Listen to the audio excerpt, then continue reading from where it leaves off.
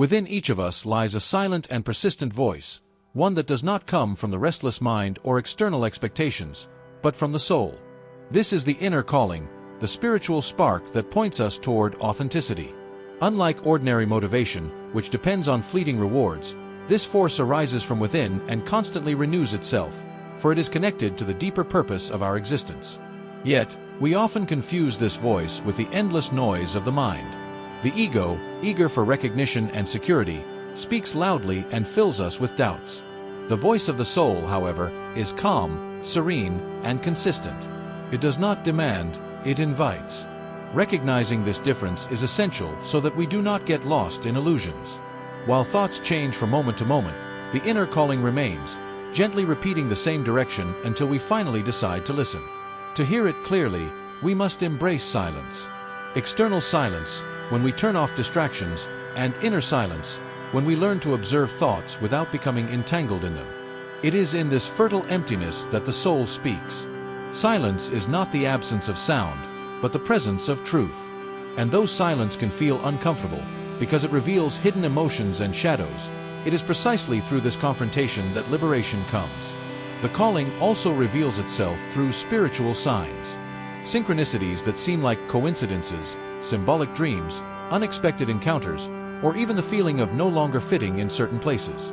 Life sends us messages constantly, guiding us back to our path. And when we insist on ignoring these signs, they intensify until we can no longer avoid them. In this process, intuition is our compass. It does not explain with logic, but brings a calm certainty. Often, we feel it in the body as a sense of expansion or lightness, a confirmation that we are aligned. Unlike fear or desire, which cause restlessness, intuition offers serenity, even when the path is uncertain. To follow this voice is to trust that a greater wisdom is guiding every step. But listening to the soul is not always easy. Fear of change, social pressures, limiting beliefs, and even the shadow within us can become barriers. The shadow, in particular, distorts the inner voice, projecting fears and rejections onto the calling. Integrating this hidden part of ourselves is essential if we wish to hear the soul clearly, without confusion. Thankfully, there are practices that strengthen this listening. Keeping a spiritual journal, meditating regularly, practicing conscious breathing, walking silently in nature, expressing daily gratitude, all of these bring us closer to our essence. Small, consistent actions create the space for the inner voice to be recognized. Yet hearing is not enough.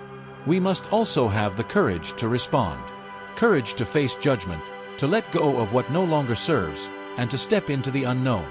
True courage is not the absence of fear, but the willingness to move forward despite it.